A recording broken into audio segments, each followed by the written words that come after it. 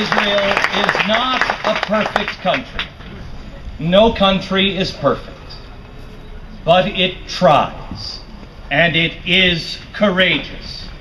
Today, the world needs courage more than ever before. We need it because whether you live in Jerusalem or in London or in Athens, Madrid, or Washington, D.C., you know, we all know, the world's changing just a little bit. The world is burning. And whatever we thought would never change, whatever we've grown to think is solid and strong and durable, is under siege. You don't really have to be a prophet to know that things aren't really going that well. The threats are mounting, and evil is growing. Darkness is falling. Far too many politicians are just too willing to look away. The shapeshifters are working. The world is adrift.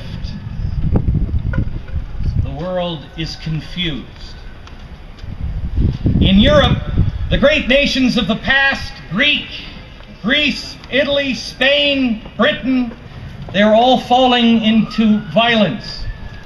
We have raised up a generation who cannot tell the difference between what they owe society and what society owes them.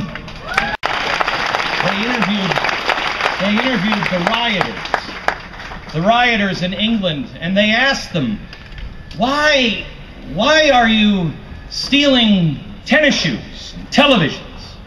Because, the rioters said, because we deserve them. We may think, oh, how different is today's youth. But they are merely imitating their parents. They have seen how the world reacts to evil. Indifference. They watch. They learn. They imitate. What one generation tolerates, the next generation embraces. When the Fogel family was killed in their sleep, the world barely took note.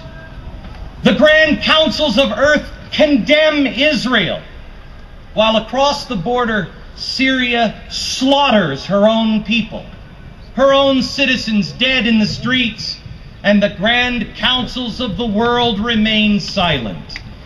It is no wonder why the children of the world are setting their streets on fire. These international councils, these panels of so-called diplomats, condemn Israel not because they actually believe that Israel needs to be corrected. They do so because it's convenient. Everybody does it. In some countries, it's a crime not to condemn Israel. The diplomats are afraid. They're cowards, and so they submit.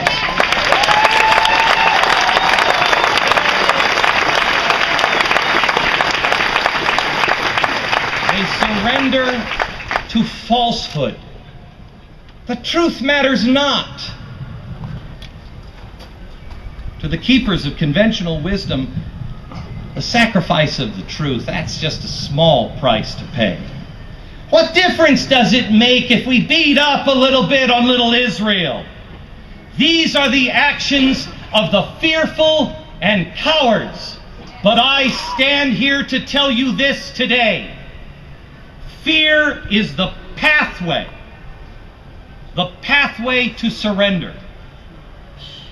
And to overcome fear, we just need one thing: courage. Truth and courage. It is hard to do.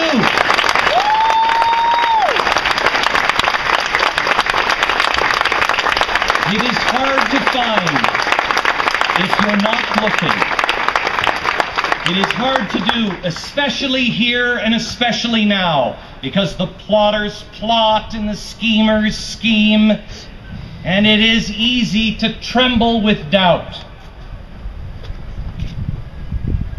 Sadly, even the Israelis that I have met, some of the most courageous people on earth, are beginning to believe the lies and doubt themselves. Maybe we did something to deserve this. Maybe if we just give a little more of this, or we do a little more of this, it'll all go away. The only message that I have for Israel and the Israelis is this. My friends, do not lose hope. You must not lose confidence in yourself. You must have courage. You must draw courage from the knowledge that you were led to this land by God, and in the affairs of mankind, God is not a stranger to the children of Abraham.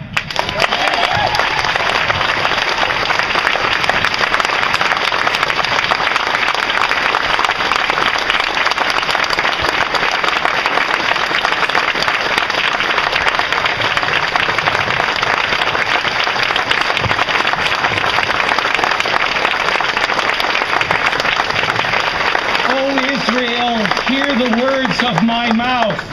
He promised that Israel would rise again. For 2,000 years, you stood watch. You held on to this promise. And we have seen this promise fulfilled.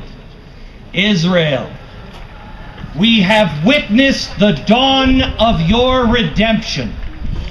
We live in an age of man-made technological miracles. But these are the divine days of divine miracles. Not by any hand of God, of man. Not of any hand of man. Whether his name be Balfour or Truman, does Israel exist? Israel is here because the God of Abraham keeps his covenant.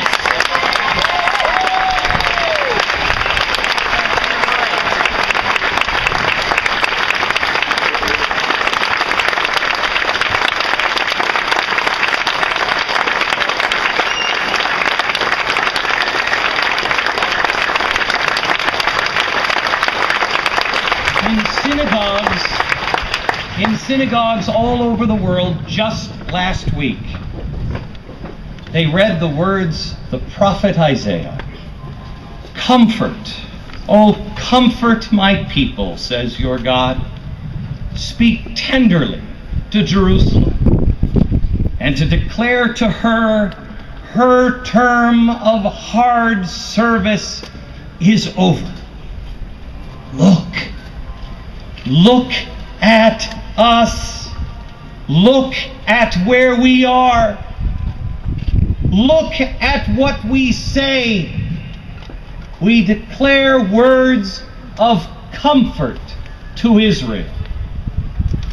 In Jerusalem, united, rebuilt, the God of Abraham, Isaac, and Jacob is not neutral in the affairs of mankind. God is not indifferent to Israel. He will not forsake you, nor destroy you, nor forget the covenants he made with your forefathers.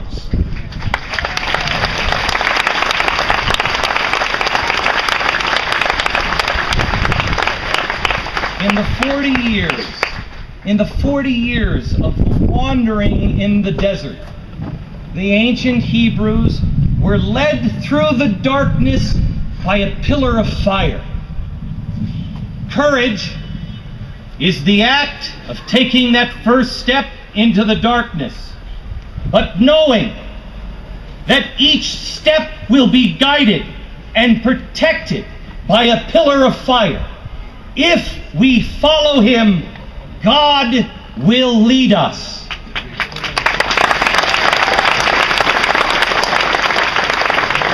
I have to tell you the truth. This is a relatively new discovery for me. I'm not sure that I really ever believed in the pillar of fire when I was a kid.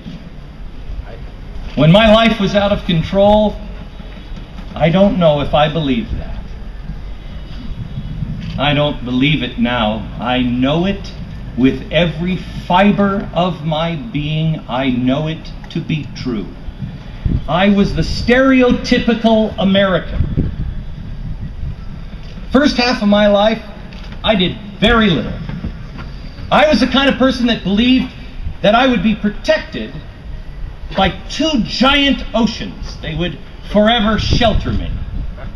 And as a radio and TV commentator, really my only job was to point out the problems. And man, I've done that.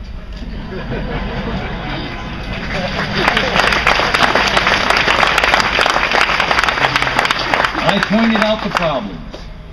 I said the things that I quite honestly, I am shocked because they're obvious to me. I think they're obvious to millions of people around the world, but nobody's willing to say them. But I just pointed out the obvious. I made obvious observations. In 1999, I actually listened to the words of Osama bin Laden and said, hey, I think that guy I think he means it. I think he'll actually do it. In 1999, I said he would attack New York again, and he did. I saw the unreal expectations of ordinary Americans.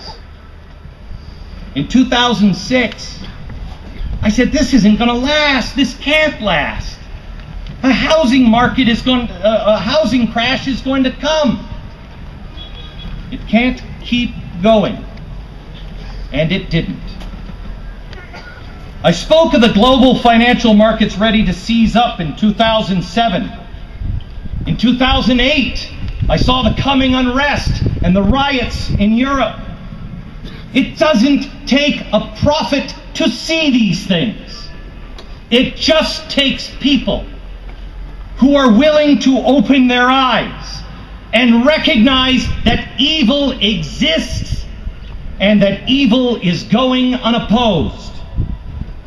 This year, when I saw the fall of the leaders in Tunisia and Egypt's rulers crack and fall, and the world began to label it an Arab Spring, I said, are you mad? Where could this be headed? Because behind much of the revolutions is a familiar force. A force that, if not careful, will put the people of Egypt under a new pharaoh. A force that I said would come to the borders of Israel and bring death, and so it has just in the last 7 days. But the good news is we're not at the mercy of these events. We can alter the course of history. We can stand against the dangerous arc of this storyline. But to do so, we need people. We need people who are just willing to speak the truth. People who are willing to stand. We need inspiration. We need an example to follow. Last century was a century of genocide, where evil rose up again and again and swallowed up the lives of millions.